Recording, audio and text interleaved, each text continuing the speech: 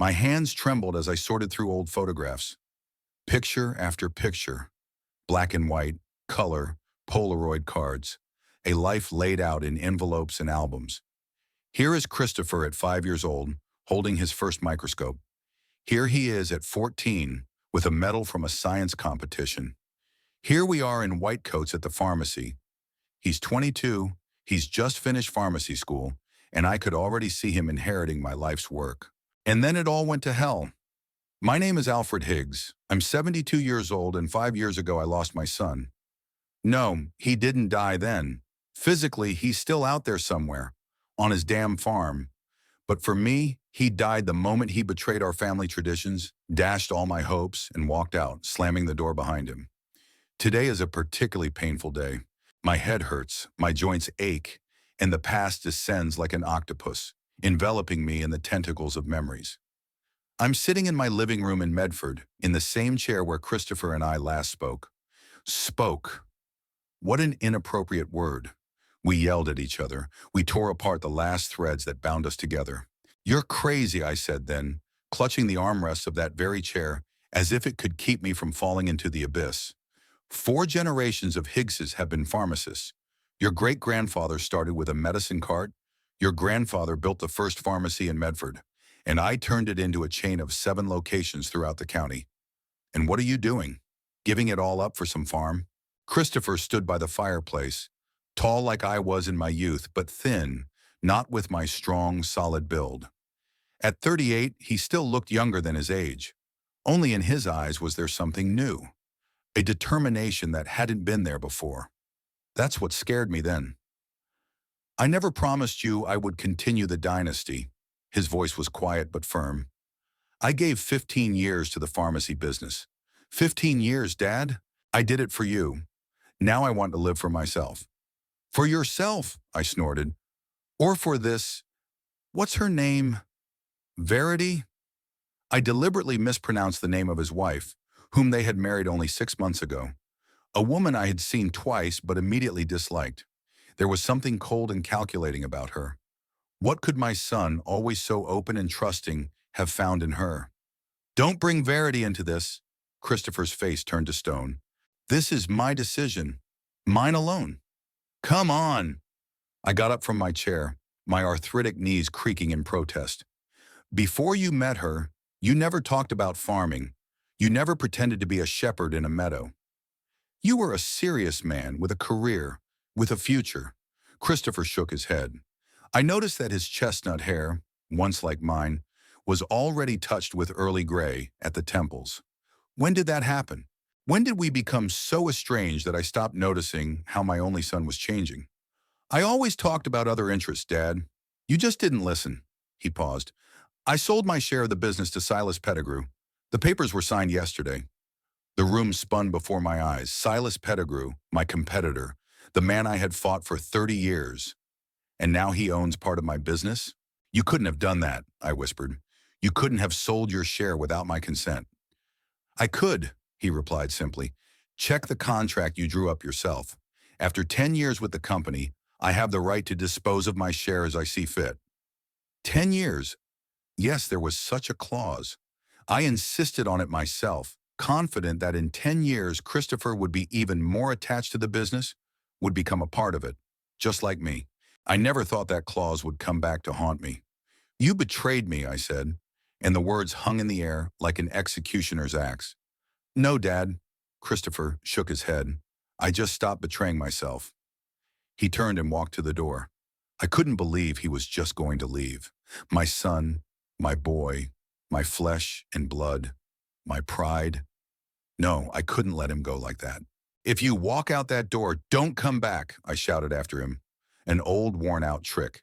I used it when Christopher was 16 and came home drunk for the first time. I used it when he was 20 and wanted to drop out of college for some artistic nonsense. I used it dozens of times and it always worked. My son would stop, turn around, and I would see in his eyes the fear of losing his family, of losing me. But this time, Christopher didn't stop. He didn't even turn around. He just said over his shoulder, "Goodbye, Dad," and walked out, closing the door gently behind him. That quiet click of the door closing still haunts my nightmares.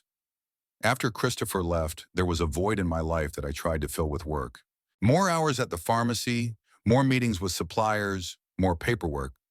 In the evenings, whiskey and old Sinatra records that my late wife Helena used to love so much. She died of cancer when Christopher was only 12. I often think, if she were alive, maybe things would have turned out differently. She always knew how to smooth things over between me and my son. In Medford, a town with a population of 20,000, it's impossible not to run into people. I sometimes saw Christopher and Verity from a distance. At the supermarket, at the town fair, once at a restaurant across the street. They never noticed me, or pretended not to notice, and I pretended not to care. Verity, a tall, slender woman with a straight back and a perpetually raised chin. Her hair was the color of a raven's wing, always pulled back into a tight knot at the nape of her neck. Her skin was pale, almost transparent, as if she had never been in the sun. And her eyes, cold gray eyes that seemed to see right through you and find you unworthy of attention. She was an artist, Christopher told me when we first and last met. She painted abstracts and exhibited in small galleries. I looked her up after that meeting. It turned out she was from the old but impoverished Wolf family of New England. Her father had gambled away the family fortune. Her mother had drunk herself to death. A classic story of aristocratic decline. She was 10 years younger than Christopher. They met in Boston at some art exhibition, where my son happened to be, replacing a colleague who had fallen ill at a pharmaceutical conference. Verity struck me as a fortune hunter. But what fortune could Christopher offer her? A share in the family business? A few shares in pharmaceutical companies? An apartment in Medford? Not such an enviable catch. And yet I was sure she was the one who convinced him to give up the pharmacy business. She was the one who put the idea of a farm into his head. She was the one who stole my son. From the very beginning, there was something fake about their relationship. Christopher seemed to be playing a role written by someone else. I remember our first meeting with Verity. It was dinner at Martin's, a restaurant in town. Christopher was nervous, constantly adjusting his tie and laughing too loudly. She sat with her back straight, like a ballerina, and looked at me with a kind of detached curiosity, as if I were an exhibit in a museum. Verity studied art in Paris, Christopher announced proudly. I see, I said, cutting a piece of steak. And what exactly did you study there? Postmodern painting, she said, raising a glass of red wine, and the influence of the socio-political context on visual narratives of the 20th century. I nodded as if it made sense to me. Sounds interesting, I turned to my son. Christopher, did you talk to Jenkins about the new contract with the hospital? Verity smiled slightly, and in that smile I read condescension, as if my interest in the business that had fed my family for 3 generations was something primitive, unworthy of the attention of a cultured person. You probably think art is a waste of time, Mr. Higgs, she asked, not giving Christopher a chance to answer. I think art is wonderful for those who have the time and money for it, I replied. Someone has to do practical things. Someone has to treat people, sell medicine, run businesses. Oh, I completely agree. Her voice was soft, but her gaze was sharp as a scalpel. Some people have to, and some people can afford more. At that moment, I realized she had come to take my son away, and I hated her for it. Christopher's farm was 20 miles from Medford, on the edge of the neighboring county. It was an old place that had once belonged to the Prescott family. The main house, built at the end of the 19th century, had several outbuildings, a large barn, and 15 acres of land. I had no idea what he was going to grow there. Christopher, who grew up in the city, had never shown any interest in farming. He couldn't even keep houseplants alive for more than a month. One day, about a year after our fight, I couldn't resist and drove past the farm, just to see what was going on there. I noticed Christopher in the yard. He was painting the fence. He looked happy, tanned, with grown-out hair, wearing a simple shirt and jeans. So unlike the neat pharmacist in a white coat that he used to be. I didn't stop. I drove past, pressing the gas pedal harder than necessary. When I got home, I drank half a bottle of whiskey and smashed a photo of Christopher and me standing at the entrance to the chain's main pharmacy, brand new, just opened after renovation. I didn't sleep all night, replaying our argument in my head. I tried to understand where exactly I had gone wrong, how I missed the moment when my son stopped being my son. Maybe it all started much earlier? Maybe when Helena died and, crushed by grief, I sent 12-year-old Christopher to my sister's for a whole month because I couldn't look into his eyes so similar to his mother's? Or when at 16 he brought home a painting he had done in art class, an abstract something, a riot of colors, and was so proud of it, and I just glanced at it and said, if you're going to spend time on things like this, you might as well paint something real. Or maybe when he came to me at 20 with a gleam in his eyes and said he wanted to drop out of pharmacy school and enroll in art school, and I gave him a half-hour lecture on family duty, heritage, practicality, and the futility of chasing ephemeral dreams. I don't know. I don't know when exactly I lost the right to call myself a good father. But 5 years ago when Christopher left, slamming the door behind him, I realized I could no longer pretend that everything was fine, as if I hadn't made any mistakes, as if my demands were only for my son's own good. But even then, my pride wouldn't let me admit it out loud. It wouldn't let me call, come over, ask for forgiveness.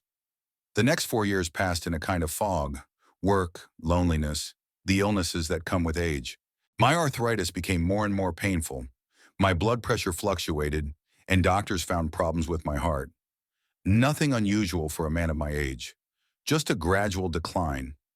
I sometimes heard bits and pieces of information about my son from mutual acquaintances. Some said that Christopher and Verity were growing organic vegetables on their farm. Others said they were breeding some kind of rare chickens. And then one day, I heard that they were holding art workshops on the farm for children from disadvantaged families. It sounded so ridiculous that I laughed right in the face of the person who told me. Abigail Loomis, the owner of the local fabric store, a pharmacist growing organic carrots and teaching troubled teenagers to paint. What a farce. But Abigail insisted that her niece took her son there and that the boy really enjoyed it. Your Christopher has found himself, Alfred, Abigail said, shaking her head. Maybe you should admit that not everyone is destined to follow in their father's footsteps. Maybe you should mind your own business. I snapped, and we never brought up the subject again. Every time I received such bits of information, I felt everything inside me turn upside down. Pride fought with bitterness, anger with longing. I wanted to know more about my son's life, but I couldn't bring myself to take the first step toward reconciliation. Pride had always been my curse. Helena often said that one day it would be my undoing. Perhaps she was right. Years passed, and I gradually came to terms with the idea that my son was doing just fine without me, that our paths had diverged forever. I even began to consider selling the business. Why hold on to a chain of pharmacies if there was no one to pass it on to? Silas Pettigrew, despite our feud, was offering a good price. Maybe it was time to agree, move somewhere in Florida, and live out my days under the palm trees. But deep down, I knew I would never do that. The pharmacies were the last thread connecting me to my son. As long as they existed, there remained a faint hope that one day Christopher would come to his senses, return, and take up the business started by his great-grandfather. A crazy, foolish, senile hope. And while I floundered in this whirlpool of regrets and unfulfilled dreams, my son was living his life with the woman who had taken him away from me, on a farm that had become the embodiment of his rejection of everything I considered important. The ringing of the phone broke the pre-dawn silence. I jumped up in bed, my heart pounding in my throat. The clock showed 5 in the morning. Who could be calling at this hour? Alfred Higgs, I replied hoarsely, clearing my throat. Mr. Higgs? A woman's voice, young, professionally polite. This is Jillian Price from Medford County Hospital. I'm very sorry, but your son, Christopher Higgs. A pause, so short and yet so endless. He was brought to us last night with a heart attack. The doctors did everything they could, but they couldn't save him. I'm so sorry, Mr. Higgs. The world stopped. I stared at the wall opposite the bed, at the pale stain left by a picture Helena had once hung there. The voice on the phone continued to say something, but the words turned into meaningless noise. Mr. Higgs? Can you hear me? Yes, I squeezed out, not recognizing my own voice. How did this happen? According to Mrs. Higgs, your son was working late in the barn. When he didn't come to dinner, she went to check on him and found him unconscious. The ambulance arrived 20 minutes later, but it was too late. It was a massive heart attack. Mrs. Higgs, Verity, she found him. Was she there when...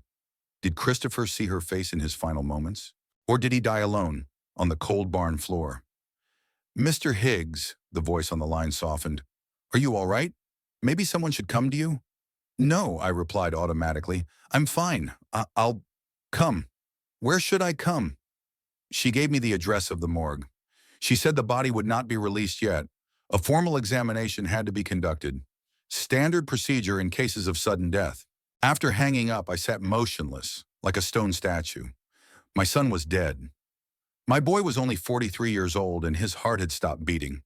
The man I hadn't spoken to in 5 years was gone forever, taking with him any hope of reconciliation. All the unspoken words, all the unexpressed feelings, all the unspoken regrets. All of this will now remain with me forever, like an indelible stain on my conscience. I forced myself to get up. I mechanically got dressed, washed my face, and combed my hair, as I had done every morning for the last 60 years of my life. On autopilot, I went downstairs, put the kettle on, and got some bread for toast. And then I burst into tears right there in the kitchen, doubled over in pain that was too much for my old worn-out body. An hour later, I was at the morgue. A nurse with a sympathetic look led me into a small room with blue walls. On a metal table lay a body covered with a white sheet. "Are you ready?" she asked. I nodded, not trusting my voice. She turned back the sheet, and I saw Christopher's face. So calm, so serene, as if he were just sleeping. Only frighteningly pale. I had never seen such whiteness before. "This is my son," I whispered, even though no one had asked me to identify him. "My boy." I reached out and touched his cheek. It was cold as marble. I hadn't seen him up close or spoken to him in 5 years, and now I was standing over his dead body, over a shell from which life had departed, and I realized that I had lost not only my future with him, but also my past. All those years I could have spent with him, getting to know him again, now an adult who had chosen his own path. "I have to go," I said to the nurse. "Of course," she nodded. "The funeral home will contact you about arranging the ceremony." "What about his wife?" "Mrs. Higgs was here early this morning. She said she would contact you about the funeral." Verity was already here. "Of course, she found him. She called the ambulance. She's his wife." I left the morgue on wobbly legs. It was a clear, sunny day with a light spring breeze. Completely inappropriate weather for such grief. Verity's phone call came closer to evening. "Mr. Higgs," her voice sounded muffled, as if she were speaking from underwater. "The funeral is the day after tomorrow at 10 in the morning. Cremation. Christopher didn't want a religious ceremony. I've arranged a small civil memorial service at the city hall." "Cremation?" I asked. "Are you sure that's what Christopher would have wanted? Our family has always buried people in the ground. There's a family plot at Medford Cemetery where his mother, his grandmother, his grandfather are buried. He left written instructions." Her voice became harder. "I'm just carrying out his wishes." I sighed. There was no point in arguing. After all, I didn't know what my son wanted in the last years of his life. I wasn't part of his world. "All right," I said conciliatorily. "Can I help with the arrangements?" "Everything is already taken care of," she snapped. "And yes, I would ask you not to come to the farm. Ever. It was his wish." "His wish?" Disbelief and anger surged within me. "He said that? Don't let my father on the farm after I die?" "Not in those words," she said, a metallic edge to her voice. "But that was the gist of it. I'm sorry, I have to go. I'll see you at the funeral." She hung up without waiting for a response. I sat there clutching the phone in my hand, feeling a familiar fire burning inside me. Rage. It had always been my shield against pain, my weapon against helplessness. I was angry at Verity, at this cruel, absurd prohibition. I was angry at Christopher for dying so early, so suddenly. I was angry at myself for wasting 5 years that I could have spent with my son. But somewhere behind the rage, behind that wall of anger, there was another feeling that I didn't want to admit. Suspicion. Verity was hiding something. Something she didn't want me to see on the farm. Something to do with my son. On the day of the funeral, the weather turned bad. Low gray clouds hung over the city, threatening to spill rain at any moment. Medford City Hall, a small brick building from the 1930s, looked gloomy. There weren't many people inside, about 20. A few pharmacists from my network, Christopher's old school friends, a few strangers, probably farmers from the area. Verity stood by the coffin, which was closed, as she had said, dressed in a simple black dress. Her back was straight as a string, her face an impenetrable mask of grief. I walked over to her, feeling the eyes of the assembled crowd on me. Many of them knew about our quarrel with our son, that we hadn't spoken in 5 years. Verity, I nodded, are you holding up okay? As you can see, she said without even turning to face me. What about the farm? I asked, knowing it was an inappropriate moment, but unable to restrain myself. What are you going to do with it? She finally looked at me, her gray eyes as cold as ice. Sell it, she said emotionlessly, as quickly as possible. Sell it? I couldn't hide my surprise. But Christopher put so much into that place. He worked so hard there. Didn't it become a home for you? It was his place, not mine. She turned away. I've already found a buyer. Everything will be settled by the end of the month. By the end of the month? I thought I had misheard her. So soon? It's only been 2 days since his death, and you've already found a buyer? Verity turned to me, and something like panic flashed in her eyes. But she quickly regained her composure. I've wanted to move to the city for a long time, she said evenly. Christopher knew about it. We had already discussed the possibility of selling. It's just that now I have no reason to stay there. Something in her voice, in her eyes, made me wary. She was lying, I was sure of it. But why? What was it about the farm that made her so eager to get rid of it? My thoughts were interrupted by the priest who began the ceremony. Strange, because Verity had said there would be no religious service. But this man did not look like a priest from the local church. Pastor Withers? No, not him. Verity moved away from the coffin and sat down in the front row. I sat across the aisle from her, trying to focus on the priest's words, but my thoughts kept returning to the farm, to Verity's strange behavior, to the ban on going there. After the official ceremony, when the coffin was taken to the crematorium, people began to disperse. I noticed Verity talking quickly and quietly with a tall, thin man at the exit. His face seemed vaguely familiar to me, perhaps one of the artists Christopher and Verity were rumored to associate with. They exchanged a few words, then the man shook his head sharply, turned and left. Verity looked frightened, angry. It was hard to say for sure, but she certainly didn't look like a widow mourning her beloved husband. I approached her again, not wanting to miss the opportunity to talk. Who was that? I asked without preamble. Just a friend, she said, clearly nervous. I'm sorry, Mr. Higgs, I have to go. At least tell me what Christopher has been doing all these years. My voice trembled, betraying the pain I had been so carefully hiding. What was he doing on the farm? Was he really growing vegetables? Or was he organizing those art workshops for children that people talk about? Verity froze, her shoulders tensing under the black fabric of her dress.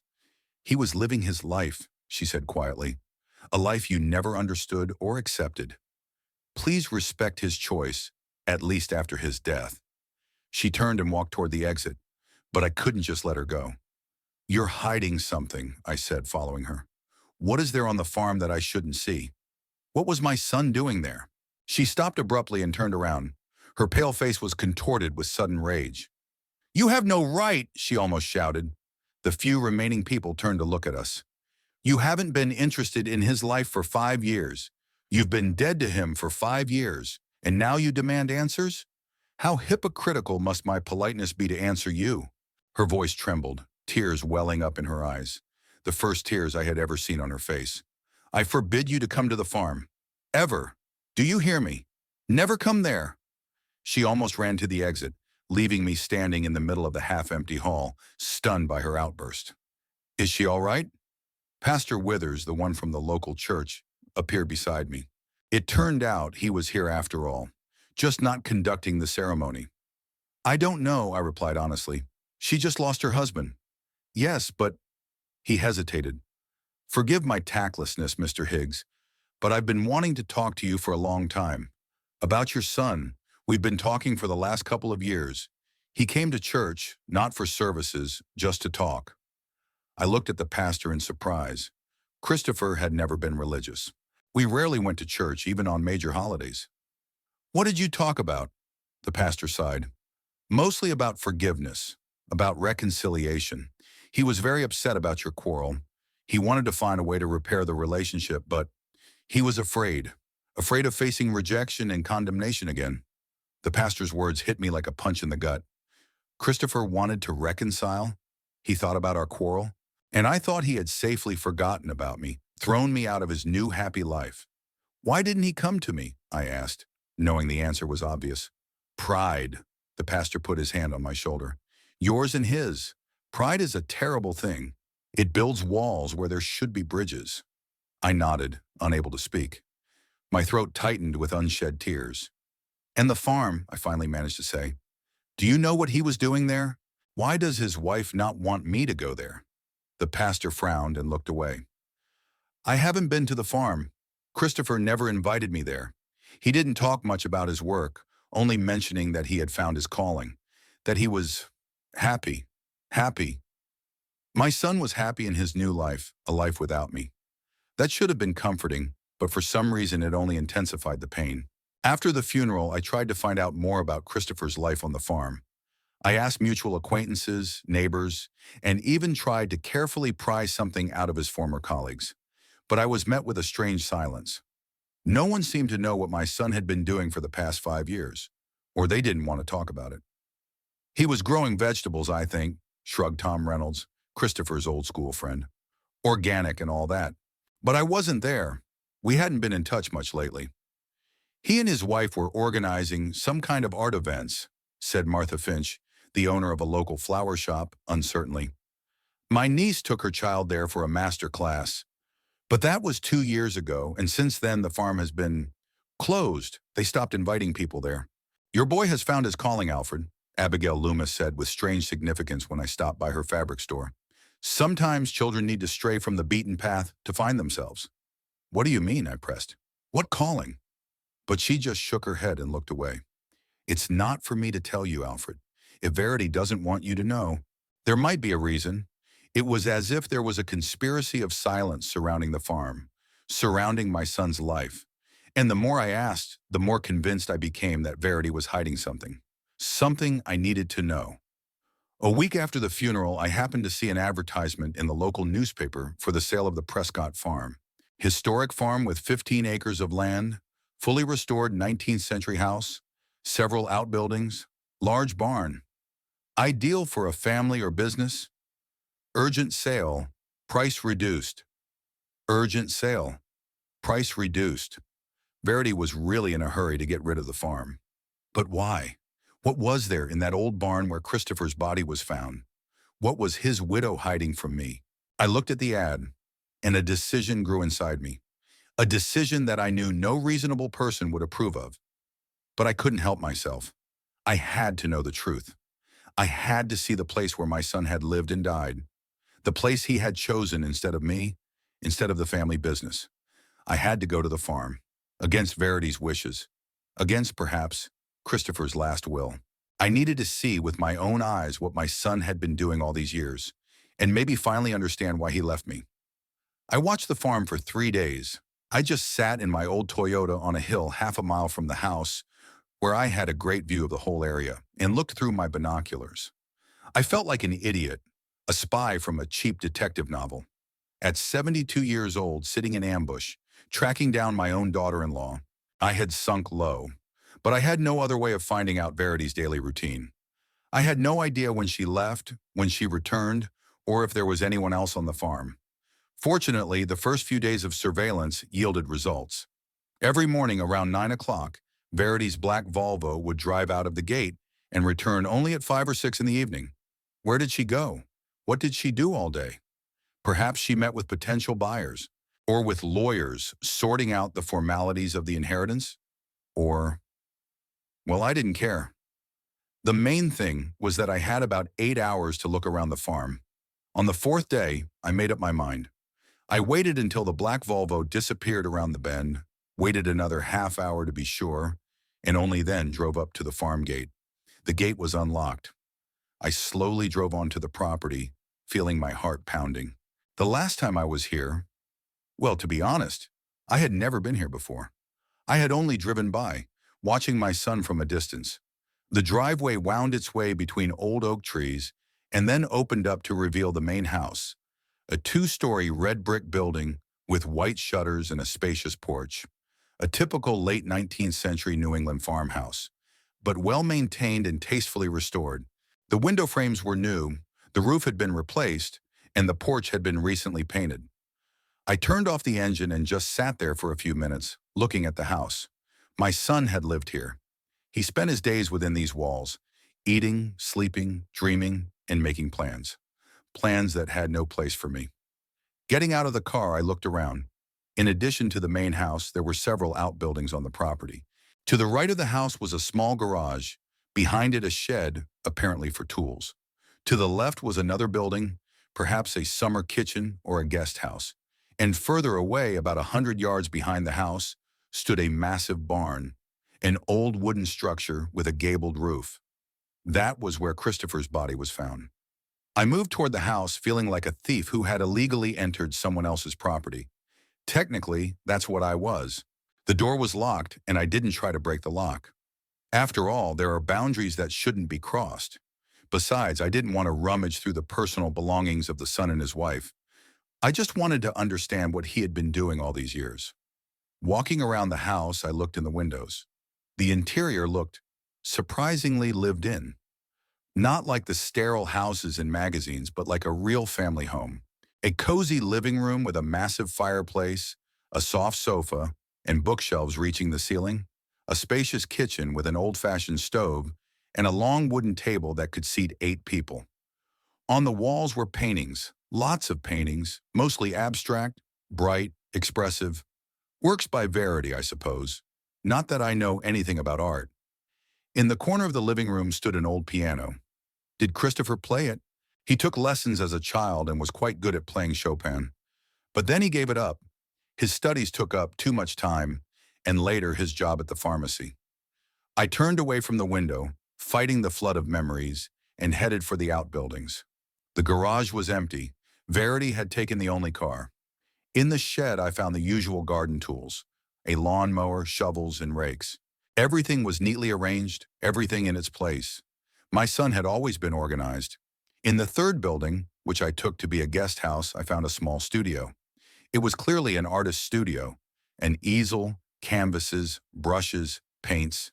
There were no works, only blank canvases and jars of pigments. Verity's studio. So she had continued to paint while living here. I went outside and looked at the barn. The large, gloomy building stood apart, as if deliberately separated from the cozy house and the small, neat studio. The wooden walls had darkened with age, but the roof, like the house, had been recently replaced. New window frames, a new door. Clearly, money had been invested in the barn, keeping it in good condition. As I approached the barn, a strange feeling came over me. Not fear, no. More like a premonition. It was as if I was standing on the threshold of something important that would turn my whole perception of my son upside down. The barn door was locked with a massive padlock. I walked around the building, checking the windows, but they were too high. Only small windows under the roof, impossible to reach. Returning to the door, I examined the lock more closely. An ordinary padlock, nothing special. When I was younger, I knew how to pick locks like this, back when I worked at my father's pharmacy during the summer and constantly lost the keys to the storeroom. But those skills were long forgotten, and I didn't have the right tools. I looked around the area around the barn, looking for anything that might help. Next to the side wall was a pile of scrap metal, old parts from agricultural machinery, some pipes, wire. After rummaging through the pile, I found a suitable piece of wire, bent it into a G shape, and returned to the lock. It took me about 5 minutes to fiddle with it. My fingers wouldn't obey me. The wire kept bending, but finally something clicked and the lock opened. I felt a ridiculous sense of pride, like a schoolboy who had successfully performed a trick. After removing the lock, I pushed the heavy door. It opened with a long creak, letting me into the barn. The first thing I noticed was the smell of paint, turpentine, varnish, wood. Thick, rich, almost tangible. A smell that cannot be confused with anything else. The smell of an artist's studio. I took a step inside, allowing my eyes to adjust to the dim light. Sunlight streamed through the tall windows under the roof, casting slanted stripes on the wooden floor. And in these stripes of light, like visions, like ghosts, outlines appeared. Paintings. Hundreds of paintings. They stood along the walls, lay in stacks, hung on homemade racks, canvases of all sizes, from miniatures to giant canvases as tall as a person. My breath caught in my throat. I stood, unable to move, stunned by the sight. But the paintings were not the only treasure in the barn. In the center of the room, on specially constructed pedestals, stood sculptures. Dozens of sculptures made of wood, metal, and stone. Some were abstract, unrecognizable forms. Others were quite realistic figures of people, animals, and objects. Workstations were located around the perimeter of the barn, a massive table with paints and brushes, a woodworking machine, a welding machine, and a kiln for firing clay. Professional tools, expensive materials, everything a serious artist needs to work. I took a few more steps forward, completely confused. Whose workshop was this? Verity's? But why would she need a second studio, in addition to the one in the guest house? And why so many works? And why were they hidden here, rather than displayed in the house, shown to the public? I moved closer to one of the paintings standing on an easel. It was a landscape, a field golden with ripe wheat, a blue sky with heavy cumulus clouds.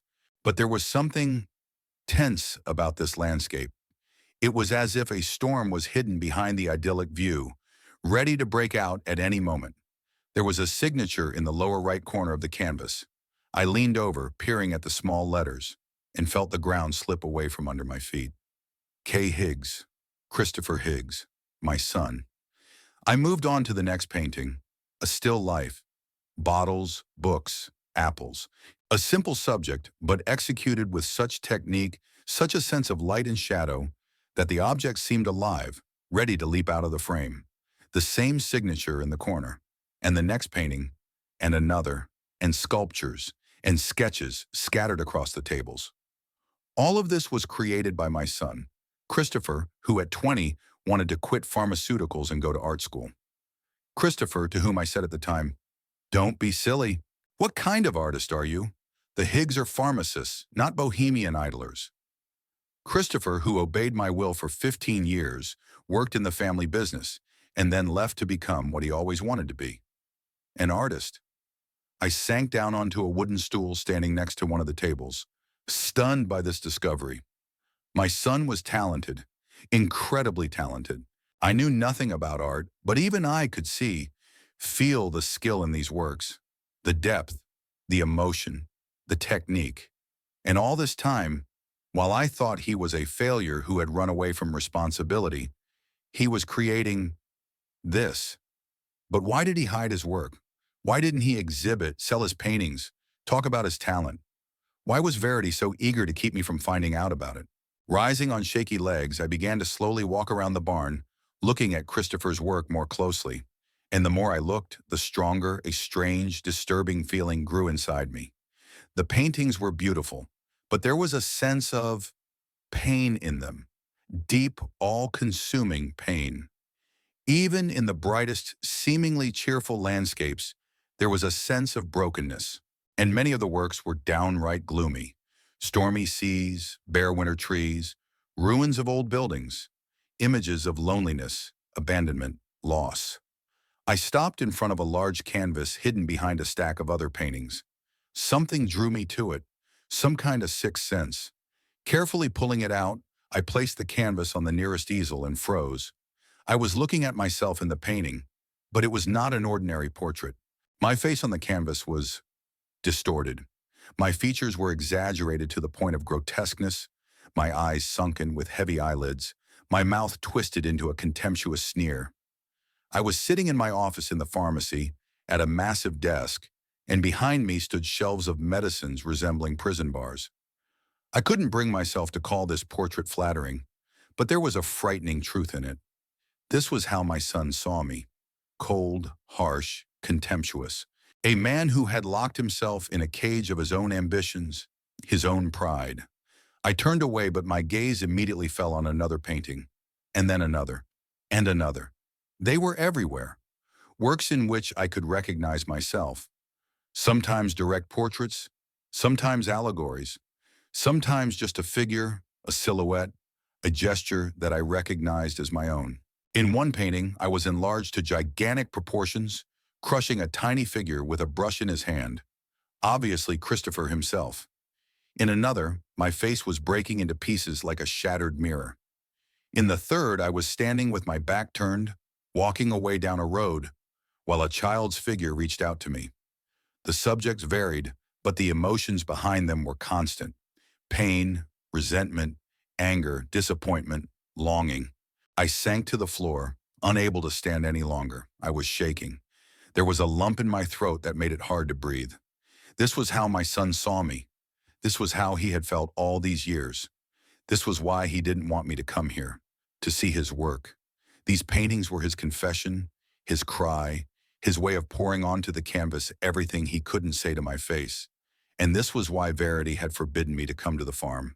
She was protecting his legacy, his pain, his truth. But was that the whole truth? Was that the only way he saw me? I raised my head, scanning the barn, trying to find at least one work where I wasn't a monster, a tyrant, a villain, and I found it. In the far corner, almost hidden behind a stack of canvases, stood three paintings. I struggled to my feet and walked over to them. The first one showed me as a young man, the way I was when Christopher was about 5 years old.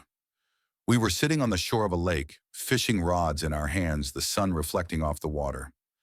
I was smiling, looking at my son. It was a light, bright painting, full of warmth and nostalgia.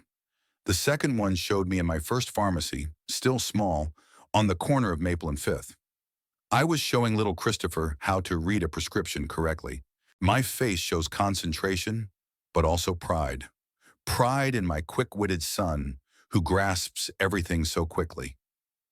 The third, I am sleeping in a chair by the fireplace, an open book on my lap. The picture is painted in soft, warm tones, full of a kind of aching tenderness. I leaned against the wall, feeling tears running down my cheeks. So not everything was lost. So my son still had bright memories, good moments from our life together. Not just pain and resentment, but love too. Love that I didn't deserve, but that he still felt. Wiping my tears with my sleeve, I continued to explore the barn. At the far end, I discovered a small room, something like an office. There was a desk, a computer, shelves with art books, and folders with documents. On the table lay an open album with sketches. I leafed through it, recognizing the drafts of many paintings I had already seen in the barn. But there were also new ones, apparently ideas for future works that Christopher had not had time to realize. Next to the album lay a stack of letters. I didn't want to read my son's personal correspondence, but the title of the top letter caught my eye: Boston Contemporary Art Gallery. I picked up the letter and scanned it. It was an invitation to Christopher Higgs to hold a solo exhibition at one of New England's most prestigious galleries. We are impressed by the depth and sincerity of your work, a unique view of modernity through the prism of personal trauma. We would be delighted to present your collection, Fathers and Children, to the general public. The letter was dated 2 weeks before Christopher's death. My son had received recognition, real professional recognition of his talent, and he didn't have time to enjoy it. I sank into a chair, feeling bitterness spreading inside me. So many years lost, so many opportunities missed. I could have been there for him, supported him, been proud of him. Instead, I became the source of his pain, the object of his anger, a character in his dark paintings. I sat motionless for a few more minutes, trying to collect my thoughts. Then I slowly got up and began to tidy everything up. I put the letters back in their place, closed the album, and carefully put the paintings I had looked at back where they had been before. As I left the barn, I glanced once more at this remarkable collection, my son's legacy, evidence of a talent I had not allowed to blossom earlier, evidence of the pain I had caused him. I locked the door and put the lock back on. Let my visit remain a secret to Verity, at least for now. Walking to the car, I felt completely drained. It was as if all my energy and emotions had drained out of me, leaving only an empty shell. The son I knew, The neat pharmacist in a white coat, the diligent student, the obedient heir to the family business, was just a mask.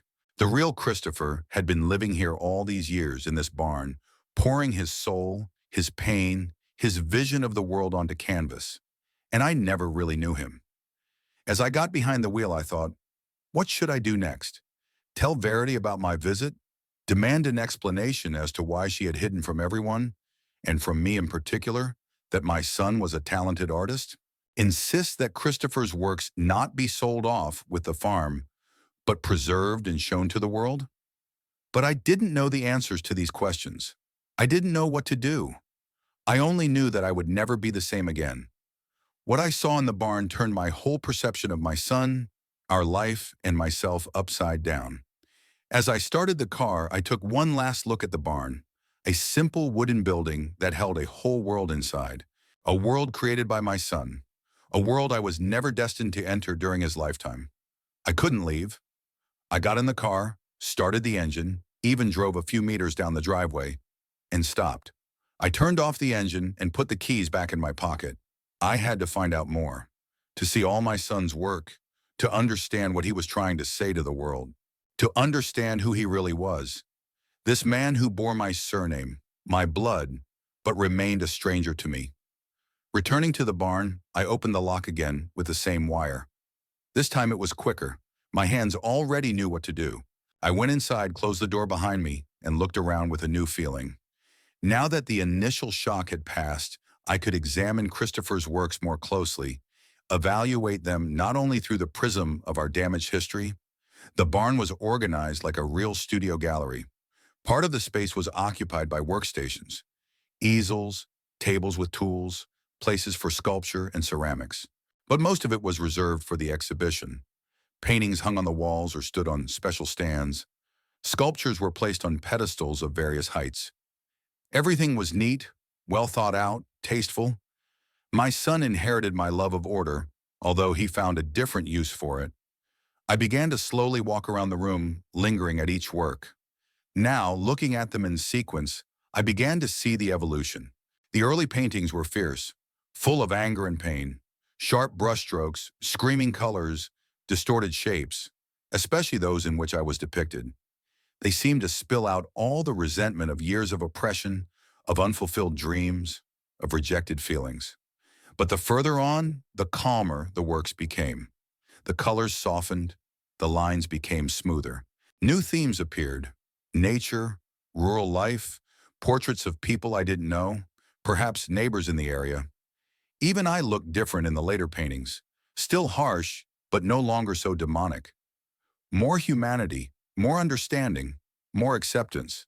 Suddenly, my gaze fell on a series of small paintings in the far corner of the barn. They were different from the rest. They were not oil or acrylic, but watercolors. Light, airy, full of light.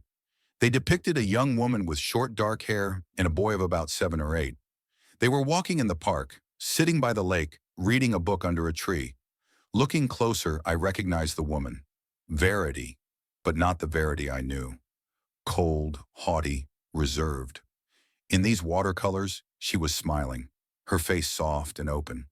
And the boy, he had dark hair like Verity, but his eyes, I would recognize those eyes anywhere. They were the same as Christopher's, the same as Helena's, the same as mine. Did Christopher and Verity have a son? I shook my head, dismissing the thought. No, impossible. I would have known. Medford is a small town. Rumors spread quickly. Someone would have told me if my son had a child. Maybe it was just my imagination, a dream of a child they never had. Or I shuddered when I noticed a small inscription in the corner of one of the watercolors. Verity and Milo, summer of 2023. Last summer. So the boy was real. But where was he now? Why wasn't he at the funeral? And why the hell didn't anyone tell me I had a grandson? However, the answer was obvious, because I didn't deserve to know. Because I stopped being part of my son's life 5 years ago. Because I slammed that door myself and threw away the key. Turning away from the watercolors, feeling a lump rising in my throat, I noticed a small cabinet in the corner of the studio. Coming closer, I saw that it contained folders with sketches, drafts, photographs, probably references for paintings, and books. Lots of books about art, albums of famous artists, exhibition catalogs, and also a stack of identical black notebooks with hard covers. I took the top one and opened it to a random page. It was a diary. Christopher's handwriting was neat, slightly slanted to the right, so familiar. I had seen it thousands of times on prescriptions, reports, and greeting cards, but never in personal notes. March 14th, 2022. Today I started a new painting from the series Fathers and Children. I'm not sure it will make it into the main exhibition. It's too personal, too painful. But I need to paint it. For myself. For my healing. I still see him in my dreams. I still hear his voice saying the same words. If you cross this threshold, you may not return. But in my dreams I don't leave. I stay. And I say everything I wanted to say then. I say that I hate pharmacies. I hate the smell of medicine. I hate endless conversations about profits and losses. I say that I am suffocating in a white coat, that I am slowly dying, locked in a cage of his expectations. And then I wake up and realize that I never told him the truth.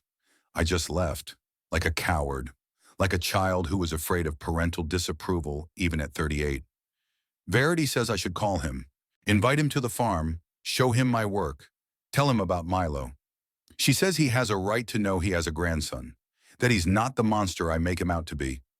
Maybe she's right. Maybe all these years I've been trying to justify my departure by painting my father as worse than he really is, demonizing him so I don't feel guilty. But then I remember his face, his voice, his unyielding nature. Higgs are pharmacists, not bohemian idlers. Art is frivolous, a pastime for those with too much money and too little brains. Do you really think anyone wants your daubs? And I realize I'm not ready to hear those words again. Not ready to see the contempt in his eyes when he sees what I've devoted my life to. Not ready to let him poison the only pure, real thing I have. I closed the diary, feeling my hands tremble. Tears clouded my eyes, and I wiped them with my jacket sleeve, not caring about propriety.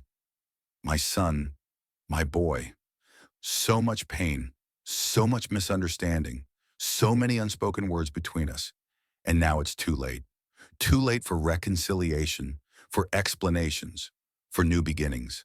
All that remains are these diaries, these paintings, messages from a world I can no longer enter. I picked up the next notebook and opened it. Entries for the year 2021. I flipped through a few pages. April 20th, 2021. I drove past my father's main pharmacy today. I didn't go in, of course. I just drove by. I saw his silhouette in the office window. He still works late, still alone. People in town say he hardly ever leaves the pharmacy, except to go home to sleep. I wonder if he's happy there, in his kingdom of pills and potions, or does he just not know any other life? Sometimes I hate him for that, for never seeing the real me, for forcing me to be someone else for 15 years. But more often, I just miss him. I miss the father who read me books before bed, who taught me how to ride a bike, who cried at my mother's funeral, holding my hand so tightly as if he was afraid I would disappear too. The sound of a car pulling up snapped me out of my stupor. I jumped up, ran to the crack in the boards, and looked outside. Verity's black Volvo was pulling into the farm. She was back earlier than usual. I had to leave immediately. But it was too late. I wouldn't have time to get out of the barn, reach my car, and drive away unnoticed. Looking around frantically, I began to put the diaries back in their place, trying not to leave any traces of my presence. My hands were shaking. My breathing was uneven. I felt like a thief caught in the act. And in a sense, that's what I was. I had stolen something that didn't belong to me. My son's private life, his secret thoughts, his hidden pain. After putting the diaries back in the cupboard, I looked around for a place to hide. But the barn was too open, too empty for good hiding places. All I could do was hope that Verity wouldn't come here. But footsteps were already approaching the barn door. Firm, confident footsteps of someone who knows where they are going. The click of a lock, the creak of a door opening. I froze in the middle of the room as if paralyzed. There was no point in hiding, no point in pretending. She would see me, and then the door swung open, letting in light and Verity's silhouette against it. She took a step inside, not yet noticing me in the dim light. Then she froze, instinctively sensing a stranger's presence. "Who's there?" Her voice was firm, without the slightest hint of fear. I cleared my throat, stepping out of the shadows. "It's me, Verity. Alfred." She stared at me as if she had seen a ghost. So many emotions flashed through her gray eyes in an instant. Shock, anger, fear, pain. Then her face froze, turning into a cold, impenetrable mask. "I asked you never to come here." Her voice was quiet, but there was steel in it. "I had to see." I spread my arms, gesturing toward the barn, the paintings, the sculptures. "I had to find out what my son had been doing all these years." "And did you find out?" Bitterness crept into her tone. "Did you enjoy the show? Did you laugh at his daubings?" "Verity, I faltered, not knowing how to express what I was feeling. I had no idea about his talent, about his pain, about Milo. She flinched at the mention of the boy's name. "You rummaged through his diaries," she said, not as a question but as a statement. "Yes," I said.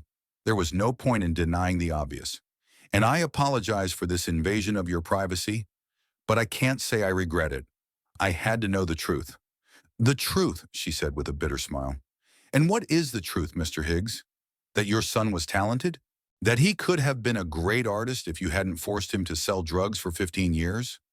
Or that he loved you despite everything and dreamed of a reconciliation that never happened?"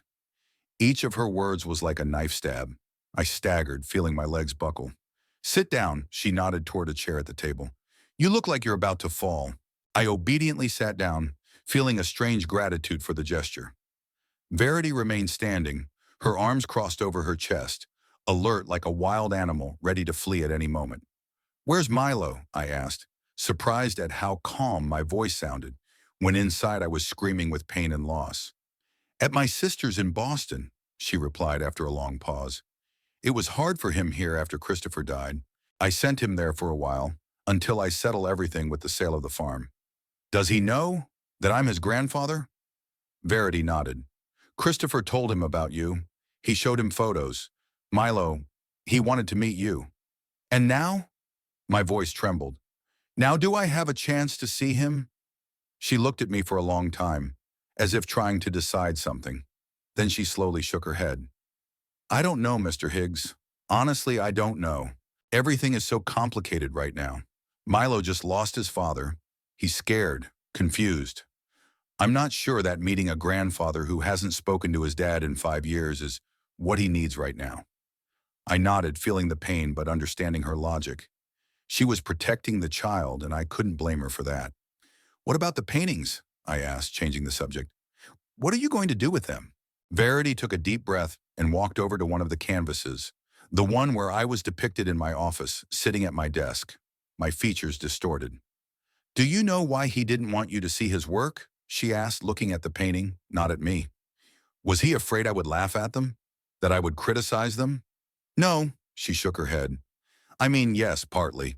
But mainly he didn't want you to see his pain, his anger, his hatred." She turned to me, tears welling in her eyes. "These paintings, especially the early ones, were his therapy, his way of healing. He poured everything he couldn't say to your face onto the canvas. All the feelings that had suffocated him for 15 years while he pretended to be someone he wasn't to please you." I was silent, unable to respond. I already understood all this from looking at his son's work. But hearing it from Verity, from someone who knew him better than I ever did, was painful. "When we met," she continued, sitting down on the edge of the table, "Christopher was like a taut string, always impeccably dressed, always polite, always proper. But in his eyes there was such longing, such despair. I fell in love with those eyes, with the soul that cried out for freedom." She smiled at the memory, and I suddenly saw in her the girl from the watercolors, soft, gentle, full of life. I didn't know then that he painted. I found out by accident. I walked into his apartment when he thought I was at work, and I saw the canvas on the easel, a landscape, the very lake where you and he used to fish when he was a child. "Lake Kedrovoy," I whispered, remembering. "We went there every summer while Helena was alive." "Yes," Verity nodded. He told me a lot about it. How you taught him to cast a line, how you showed him different kinds of fish, how you cooked fish soup on the shore. I closed my eyes, feeling tears welling up in my throat. Those summer days now seemed so distant, so unreal, as if from another life. When I found out about his talent, Verity continued, I convinced him to show me his other works.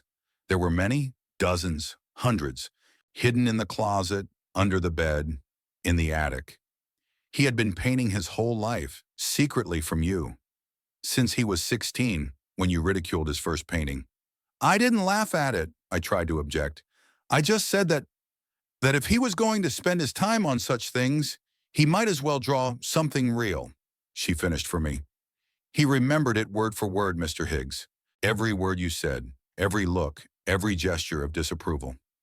I lowered my head. Yes, I said something like that. Not out of malice, not out of a desire to hurt him, just out of a lack of understanding, not seeing the value in what was important to him. After I saw his work, Verity continued, I tried to convince him to show it to the world, to send them to galleries, to competitions, but he refused. He said he painted for himself, not for the public. But I could see that wasn't the reason. He was afraid. Afraid of rejection, afraid of confirming your opinion that his hobby was pointless. She stood up, walked over to the cupboard, and took out a folder with documents. It was only after we bought the farm and moved here that he finally began to paint freely, without fear, without worrying about what others would say. There was an empty barn here, the perfect studio. His best works were born here. Here he began to create sculptures. Here he finally became the artist he always wanted to be. She opened the folder and took out a document.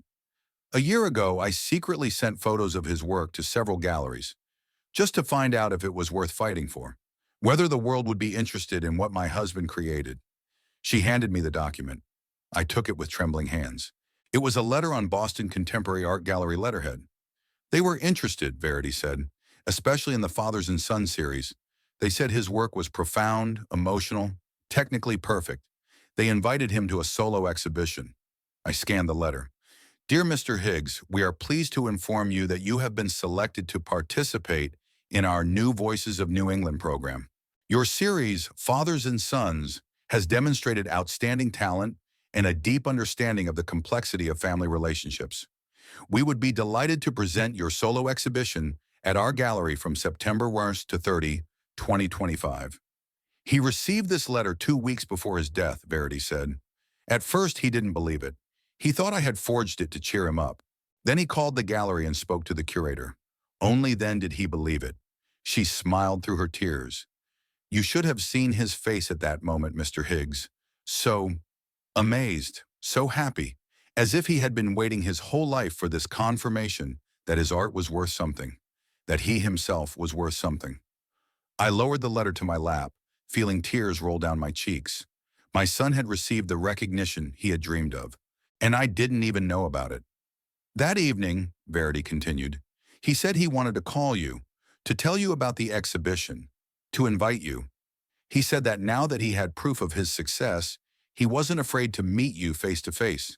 She shook her head. I talked him out of it. I said he needed to prepare for the exhibition first, select the works, and then invite you. The truth is, I was afraid. I was afraid that you would hurt him again, devalue his success, his talent, that he would retreat back into the shell he had struggled so long to break out of. And that was the right thing to do, I said quietly. I wouldn't have understood then. I needed to see his work to realize. Yes, she nodded, but now it's too late. He died without ever making peace with you, without ever showing you his world. Then Verity got up and went to the window. I'm going to sell the farm, she said, looking at the green fields beyond the barn. Too many memories. Too much pain. Milo can't live here. He sees his father everywhere, feels his absence everywhere. I nodded, not trusting my voice. And the money from the sale, part of it will go toward organizing that exhibition in Boston, the one Christopher will never see.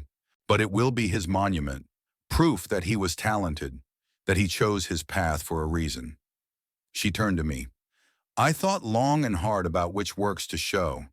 I chose the brightest, the most healed ones, the ones with more love than pain, more acceptance than anger, the ones that show his path to peace with himself, with the past. Including the ones with me in them? I asked, already knowing the answer. No, she shook her head. Not the ones where you're depicted, like that.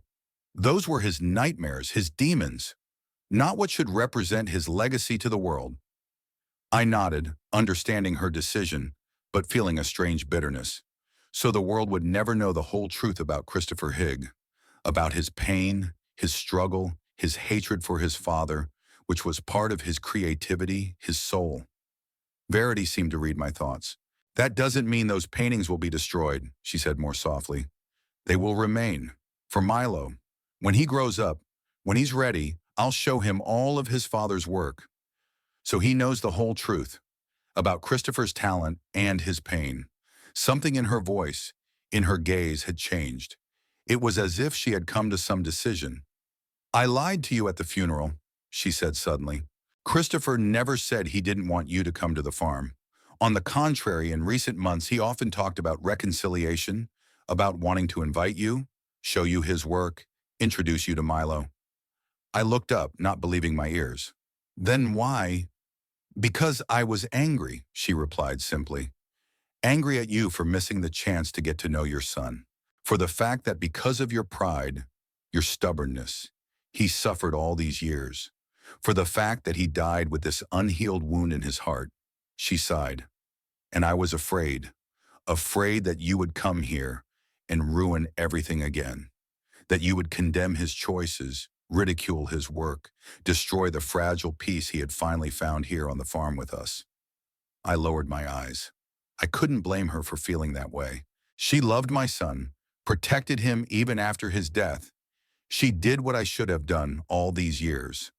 But now that you're here, now that you've seen his work, read his diaries, she paused, I think Christopher would want you to know the truth, the whole truth, about his art, about his life, about his son, your grandson. She walked over to the table and took an envelope out of a drawer. This is an invitation to an exhibition. It opens in 3 months in Boston. I would like you to come. Not for me, not for yourself, for Christopher, for his memory. I took the envelope with trembling hands. What about Milo? I asked, afraid to hope. Will he be there? Verity paused as if weighing the pros and cons. Yes, she finally said. He'll be there. And, if you want, you can meet him. I'll tell him you're his grandfather, that you want to be part of his life. I don't deserve that, I whispered. Maybe, she agreed. But Milo deserves to know his family, his whole family, even the part that didn't always do the right thing. She glanced at her watch. I have to go. I have a meeting with the realtor in an hour. And Mr. Higgs, I'd prefer it if you didn't come to the farm unannounced anymore. Not because I want to hide anything, but because I need time, space, the opportunity to say goodbye to this place in my own way. I got up, feeling strangely empty and at the same time renewed, as if after a long, painful illness. I understand, I said, and thank you for the truth, for the opportunity to see Christopher's work, for the chance to meet Milo. Don't thank me, Verity shook her head. I'm not doing this for you, for your son, and for your grandson. I nodded, understanding. She still hadn't forgiven me. Perhaps she never would. But she was taking a step toward reconciliation, for Christopher's sake, for his memory, for his son's future. And that was more than I deserved. See you at the exhibition, Verity said, opening the barn door and letting me out into the bright sunshine. See you then, I replied, carefully tucking the invitation into the inside pocket of my jacket, close to my heart. Walking to my car, I knew I would never be the same again. What I had seen in the barn and heard from Verity had changed me forever. It showed me the full depth of my mistakes, the full weight of my guilt. But it also gave me hope that all was not lost. That in Milo's face, in Christopher's legacy, in my memory of him, I could still find a path to redemption. The Boston Museum of Modern Art was located in an old industrial building that had been converted into an exhibition space. High ceilings, brick walls, large windows, All this created a feeling of spaciousness and at the same time intimacy, ideal for exhibiting Christopher's works. I stood at the entrance clutching my invitation ticket. People bustled around me, fashionably dressed young couples, serious art connoisseurs with catalogs, art school students with sketchbooks. They had all come to see my son's work that I myself had only seen after his death. 3 months had passed since that day in the barn. 3 months of inner struggle, reevaluation, and painful reflections on a past that could no longer be changed. I hardly left the house, spending my days in an armchair by the fireplace, looking through old photographs, remembering, analyzing, regretting. Several times I was tempted to call Verity to find out about Milo, to ask about the preparations for the exhibition. But each time I stopped myself. She had made it clear that she needed space and time. I had to respect that, just as I had never respected Christopher's wishes and needs. And now here I was, standing at the entrance to the gallery, in a new suit bought especially for the occasion, with thinning, carefully combed gray hair and hands shaking with excitement. Was I ready to see my son's work on public display? Was I ready to meet Verity and Milo? Was I ready to hear comments, criticism, and praise of Christopher's art from strangers who had never known him in life?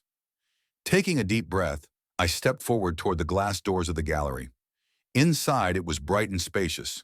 White walls, wooden floors, spotlights directed at each painting.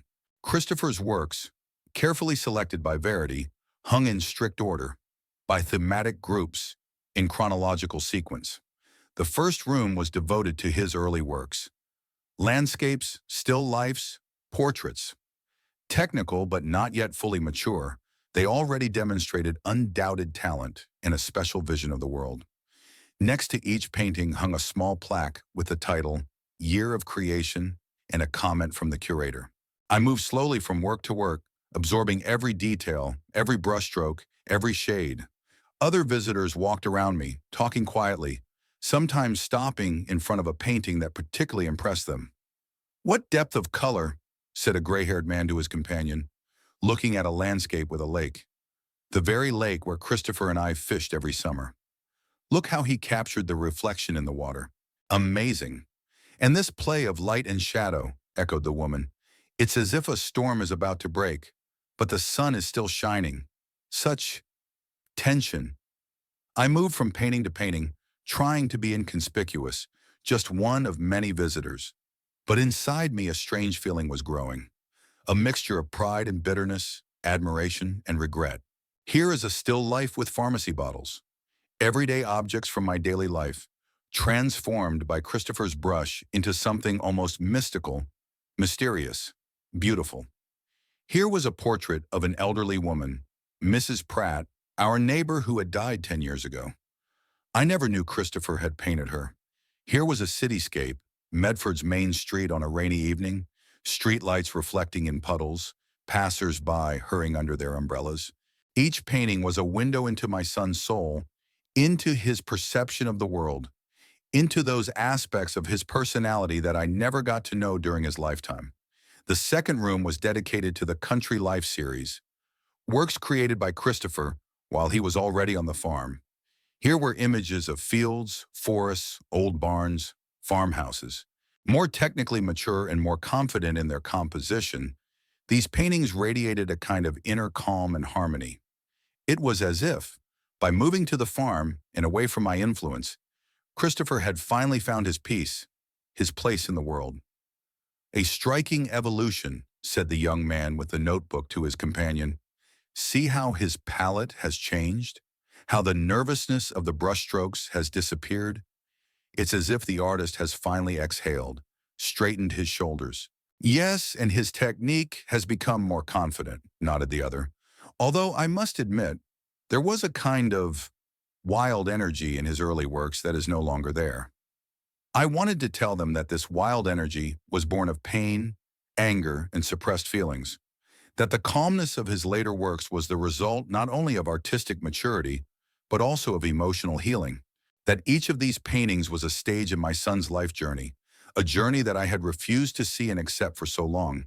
But I remained silent. I wasn't here to explain, justify, or share. I was here to learn, to look, to understand, to say goodbye. In the third room hung portraits. Verity, Milo, neighbors, random passers-by who had struck Christopher's imagination.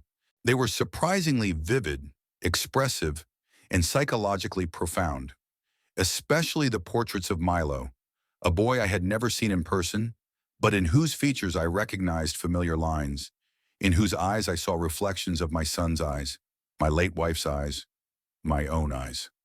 In one of the paintings, Milo was sitting on the porch of a farmhouse, his arms wrapped around his knees, gazing into the distance with a thoughtful expression that was not childlike. A ray of sunlight fell on his face, highlighting his cheekbones and giving his eyes an almost unearthly glow. Next to him on the step lay a book, Hemingway's The Old Man and the Sea, one of Christopher's favorite books as a child. I stood in front of this painting the longest, unable to tear myself away from the boy's face, which combined the features of 3 generations of Higgses. My grandson, whom I may never truly know. "This is the most powerful portrait in the series," said someone next to me. I turned and saw a tall, thin man with a neatly trimmed beard and intelligent eyes behind thin-rimmed glasses. "Do you agree?" he asked, noticing my gaze. "Yes," I replied hoarsely. "Very expressive." "He's the artist's son," said the man. "I'm the curator of the exhibition, Jeffrey Payne. Christopher Higgs and I had been corresponding for several months before his tragic death. I was impressed by his work, especially his portraits." You knew my son." I stopped, but it was too late. The curator looked at me intently. "Are you Christopher's father, Mr. Higgs?" I nodded, not trusting my voice. "Very pleased to meet you," he said, extending his hand. "Christopher wrote a lot about you in his letters." "I'm afraid to ask in what context," I tried to joke. But the joke came out bitter. The curator smiled knowingly. "In various ways, but in his last letter, shortly before his death, he mentioned that he would like to invite you to the opening of the exhibition. He wanted you to see his success." I turned away, fighting back tears. Christopher wanted me to be here. He wanted me to share in his triumph, for me to finally see and accept the part of his life that I had denied for so long. "It's a shame that didn't happen while he was alive," the curator said quietly. "But I'm glad you're here today. It means a lot to his legacy." He nodded to me and walked away, leaving me alone with the portrait of his grandson in my heavy thoughts. I continued my tour, moving on to the 4th and final room of the exhibition. Here were Christopher's latest works, a series of abstract paintings collectively titled Reconciliation. Bright, light, full of movement and life, they were strikingly different from anything I had seen before. They lacked the pain of his early works, the calm contemplation of country life, and the psychological depth of his portraits. They had joy, pure, unclouded joy of creativity. In the last months of his life, Christopher Higgs experimented with abstraction, read the explanatory plaque on the wall. The Reconciliation series became his artistic legacy, an expression of his newfound inner harmony, acceptance of the past and openness to the future. I stood in front of these paintings feeling a strange sense of calm. So at the end of his life, my son had found peace in his soul after all. He had reconciled with the past, perhaps even with me, at least in his heart, if not in reality. Suddenly, I noticed a familiar figure in the far corner of the hall. Verity was standing in front of the last painting in the series, a large canvas filled with splashes of red, gold, and blue. Next to her stood a boy of about 8, with dark hair and so familiar eyes. Milo, my grandson. I froze, not knowing what to do. Approach, speak, or respect Verity's desire to keep her distance, but the decision was made for me. Milo turned and noticed me. He tugged at Verity's sleeve and whispered something in her ear. She looked up and met my gaze. Her face remained impassive, but there was a flicker in her eyes. Recognition, wariness, perhaps even pity. She leaned toward her son and whispered something to him. The boy nodded and, to my surprise, walked straight toward me. "Are you Mr. Higgs?" he asked, stopping a few steps away. "Grandpa Alfred?" I nodded, not trusting my voice. "I'm Milo," he said simply. "Mom says you're Dad's father." "Yes," I managed. "I'm your grandfather, Milo." He looked at me with childlike candor, making no attempt to hide his curiosity. "You have the same eyes as Dad," he remarked. "And me too. Mom says it's a Higgs family trait." "Your mom is right," I tried to smile. "Your grandmother Helena had the same eyes. And my father. And his father." Milo nodded, as if confirming a fact he already knew. "Do you like Dad's paintings?" he asked. "Very much," I replied honestly. "Your dad was very talented. I didn't always understand that. But now I see it." The boy nodded again, seriously and maturely. "Dad said you don't really like art, that you're a pharmacist and wanted him to be a pharmacist too." I swallowed the lump in my throat. "Your dad is right. I was I wasn't a very good father, Milo. I didn't understand what was important to him. I didn't know how to listen. I didn't know how to accept his choices."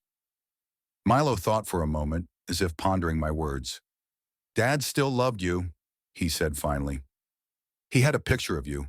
He showed it to me and told me how you used to go fishing when he was little, how you taught him to ride a bike." I felt tears welling up in my eyes. Christopher remembered the good times. He remembered when I was just a loving father, without high expectations or strict demands, when we were a family. "Mom says it's time for me to go," Milo said, glancing back at Verity, who was now standing at the exit of the hall. "We have a flight tonight. We're moving to Boston for good. Mom will be working at the gallery." "I see," I nodded, trying to hide my disappointment. So they were leaving. The farm was sold, the house in Medford was sold. A new life, far away from me, from memories, from the past. "It was nice to meet you, Grandpa," Milo said with the same childlike directness. "Maybe we'll see each other again someday." "I'd really like that," I replied sincerely. The boy smiled, a smile so reminiscent of Christopher's childhood smile, and ran to his mother. Verity met my gaze over her son's head. There was no warmth or forgiveness in her eyes, but there was a kind of peace, acceptance of what had happened, of who I was, of who Christopher was, that we had all done the best we could, with all our flaws, mistakes, and weaknesses.